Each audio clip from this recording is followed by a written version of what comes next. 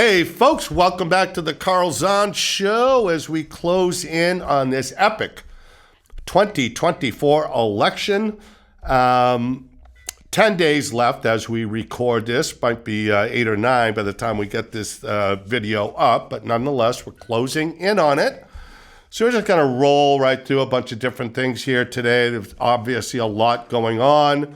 Donald Trump just did the Joe Rogan podcast, which I have yet to see, but that just hit the airwaves late last night or early this morning, depending how you look at it. Looks like about a 2.5-hour interview with Joe Rogan, so that's going to be very fascinating to watch. And of course, J.D. Vance out. Everyone's on this. And the Harris campaign, to be fair, doing their fair share of media stops and interviews and all that stuff. So very, very fascinating time in American history.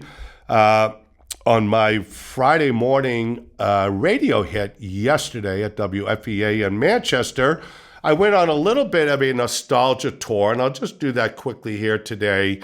So this whole thing, this whole Trump metamorphosis, if you will, it does have a lot of meaning to me, and I'll just recap from my very first episode of this show that I did, which was really intended to kind of build the case for Donald Trump and my support for Donald Trump and why I support him and why I choose to overlook some of his personality foibles and so forth in the best interest of the country. So the culmination of this race, his third, he's won the nomination now 3 times in a row. And this will certainly be the last time he runs, and if he wins, it'll be his, obviously, last presidency. But it does have some particular meaning for me, having first seen him in April of 2015 at a private media-only function in Nashua, New Hampshire, and I talked about that on my first show. Also talked about it in a op-ed piece I wrote for our kind of major New Hampshire newspaper up here at the time, about how I went to this thing for the free breakfast, never expecting to have any political attraction for Donald Trump, and left there so impressed that I became a volunteer in his campaign, worked on that first campaign, and been kind of a pretty loyal Trump supporter ever since. And that position has had its difficulties and has had its impacts on my life in various ways. So pretty emotional thing for me to conclude, see this coming up to a conclusion, and certainly crazy to see the epic vitriol from the left. And as we reach this crescendo, how just unbridled people are about this. And I would remind everybody that this is just a presidential election. The country will survive it if your guy doesn't win.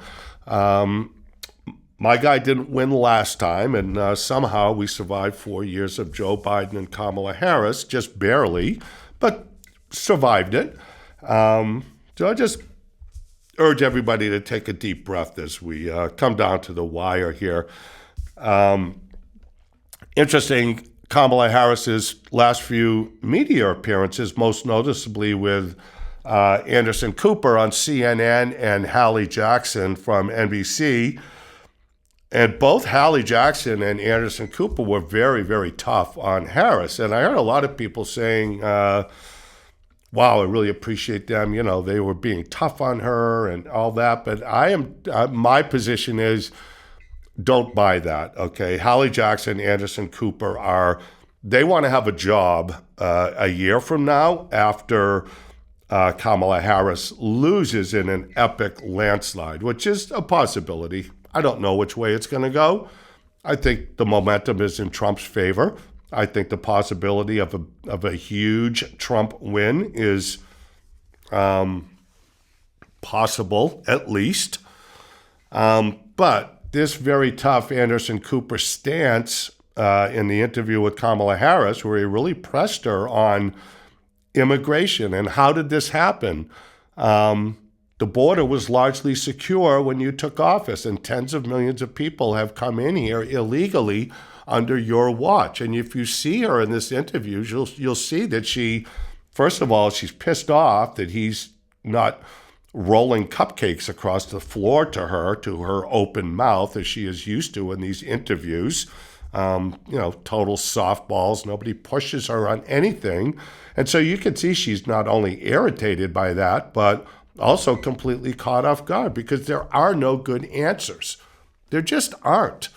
And this is why, see, all these media people saying, well, Kamala Harris has to talk about the issues, and she has to talk about the economy, and she has to talk about their accomplishments. She can't, because there are no accomplishments. The only accomplishment of Biden-Harris administration is they're all negative. The Afghanistan withdrawal, open borders, our daughters getting raped and killed by illegal immigrants, the fentanyl crisis, the economy, inflation. It just goes on and on. So how do you promote that in your campaign strategy? There's no way to make that the foundation of your campaign strategy when you have no successes to tout. And so the Democrats, not surprisingly, continue doing what they've always done, which is Trump is Hitler, he's a fascist, and on and on and on.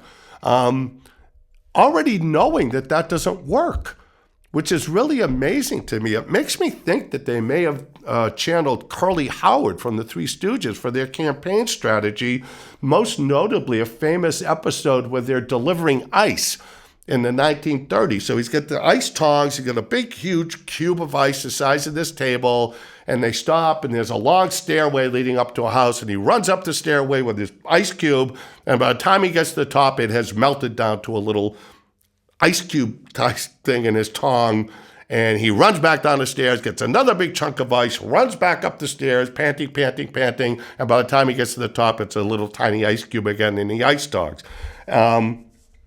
Doing the same thing over and over again, expecting a different result. And by the way, Trump and Trump supporters would be the sun in that particular example of the Three Stooges delivering ice and the campaign strategy of Harris Waltz.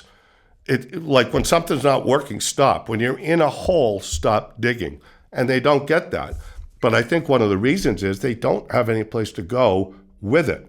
So what else can they possibly do? And by the way, what turns out happening are the example from these recent Harris interviews with Hallie Jackson at NBC, who also pressed her very hard, but for the same reasons. I can't give these people credit because I just think it's contrived.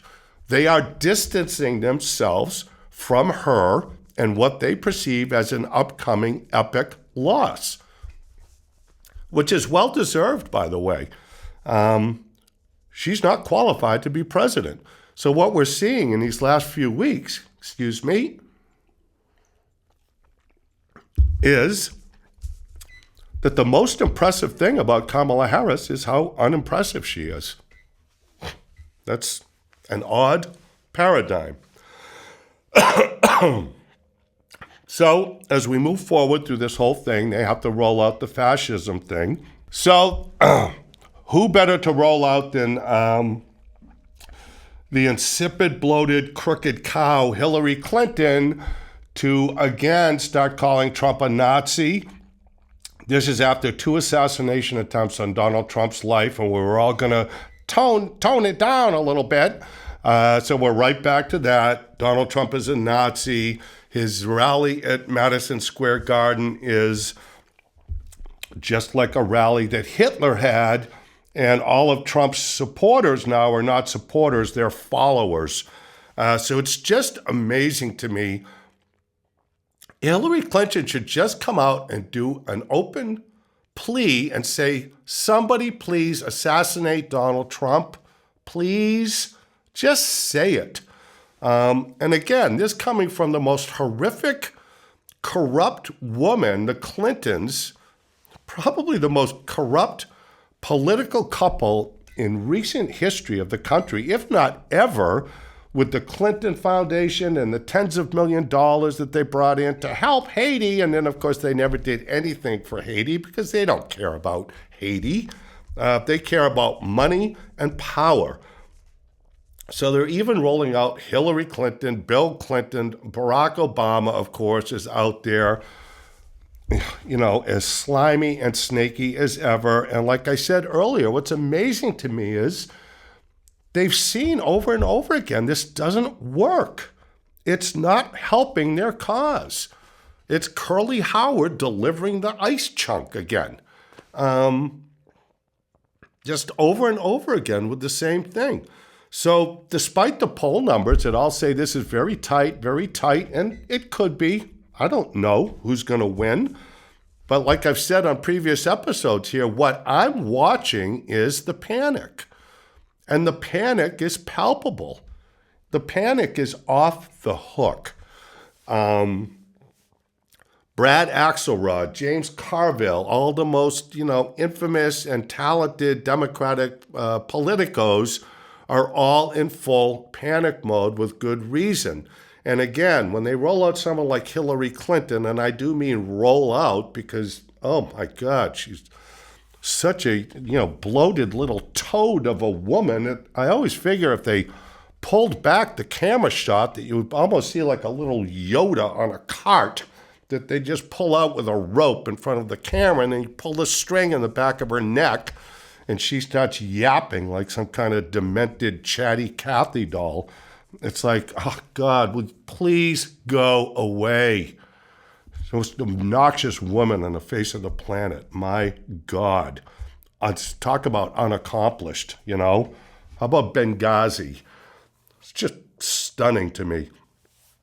And one of the best things I've seen in recent days, this past week, Trump did a rally in Georgia, and Charlie Kirk, who heads up Turning Point Action Committee, their political action committee. Almost everybody knows who Charlie Kirk is. So they had great speakers. They had Tucker Carlson, RFK Jr., Tulsi Gabbard, and Tucker Carlson gave a 20-minute speech. And, choosing a favorite Tucker Carlson speech is pretty hard because he's a pretty sharp cat. It's like choosing your favorite Christmas, right? But I have to say, and I'm not the only one, I think, who observed this because I've heard other people talking about it.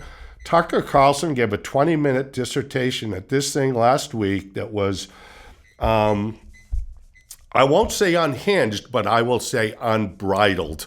And the kind of gist of the speech was, at some point, Daddy comes home. And this is a reference to Trump winning the election. Daddy comes home and he's pissed, right?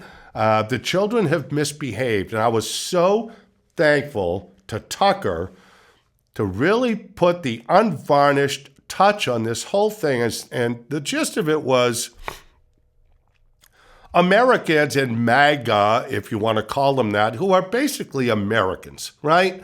To choose a great line from It's a Wonderful Life for Jimmy Stewart and Old Man Potter, and Old Man Potter's trying to close Jimmy Stewart's bank because he's forgiving people who are late and behind on their mortgages. And Jimmy Stewart has this great line where he says, these riffraff that you talk about are the people who do most of the working, the paying, the living and dying in this country. And that is exactly what MAGA is. It's blue-collar, working-class Americans.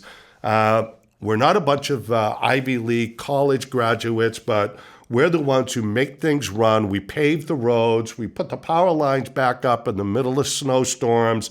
And we do all the, common sense heavy lifting that makes life even possible for these liberal elite snobs like John Kerry and Hillary Clinton and the whole rest of them.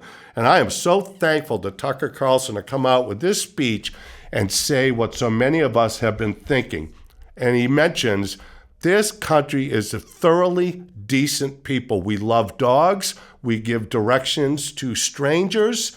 And what this liberal party has done to us, the FU that they have given us with the fentanyl crisis, the Afghanistan withdrawal, and most notably, letting tens of millions of illegal immigrants in here, violent people, mostly military-age men, and they've raped and murdered our daughters, and we have paid for it. We've paid for their lodging, their hotel rooms, their medical care. And we have paid to fly them into this country on commercial airliners while the rest of us can't afford vacations for our family. And I was so happy to hear Tucker say this, that at some point, Daddy has to come home, and he's pissed. We are, and he's right, MAGA, as they like to call them. It's the American people.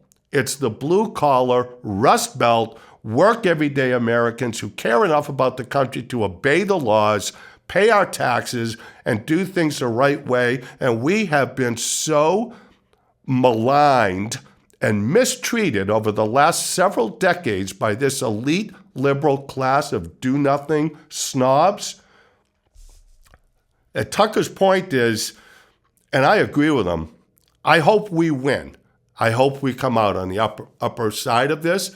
But it's also not enough. At some point, Daddy comes home, and he's pissed, and these people need to be punished. And I believe that, because what they've done to us and the way we've been treated is in itself punishment. The disrespect and the vitriol and the way we've been treated is beyond the pale. And the fact that they wanted to install a woman like Kamala Harris, who was so patently unprepared and unqualified for the job, and sits there in front of Anderson Cooper and Hallie Jackson when she actually gets pressed on her performance and why haven't you done anything the last 4 years, stands there like a stupid deer in the headlights, getting, first of all, shocked that anyone is actually asking her a question, but more important, you can see in her face, indignant that she's expected to respond to that. You know, you shallow, vapid, insipid woman who has had everything handed to you on a silver platter, all premised on your race and gender and not your qualifications. And now you finally come up to the end of the road and can't believe that there's anyone who actually expects you to answer a question or demonstrate your qualification. It is pathetic. I'm hoping and praying for this country for an epic landslide win for Donald Trump, J.D. Vance, RFK Jr., Elon Musk, Tulsi Gabbard, this whole team of American patriots who see through all of this bullshit and actually want to save the country and have put in their own lives on the line to do it. Donald Trump, shot at twice, nearly bankrupted, had his whole family's lives upended, the Mar-a-Lago raid, they went through his wife's bedroom and Barron's bedroom and thing, every conceivable humiliation, and all of this from a guy who didn't even take the paycheck for his 4 years, donated his $400,000 a year. Someone should ask Kamala Harris what she's planning on doing with her paycheck. What they've done to this man is unforgivable and epic, and most of us are thanking God that he continued to fight, and are praying to God that we come out victorious on this. Not for the sense of a victory like a high school football game, but for the good of the country and for the future of our children and grandchildren, to save this country from this hysterical mob of hyenas that the Liberal Party has turned into under the influence of Trump derangement syndrome. Epic time in history. I want to thank everybody for watching and sticking with us here. And remember, this really is history. We're watching history, and I also urge everyone to keep in mind it is just an election, and that goes for our side too. If we lose, we lose. I don't see how that happens without some kind of voter fraud or something going on with the election, because all the momentum seems to be in Trump's favor. we'll do another one next week, as just on the eve of the election, and we'll see what happens after that. But it's been a fascinating time, continues to be. I think Trump's rally this year, this Sunday at Madison Square Garden, is going to be really phenomenal and epic. I know I'm getting my pointy little German helmet and my jack boots all shined up for the occasion, and we'll see how that goes, and we'll talk to y'all next week. And in the meantime, as always, keep the blue side up.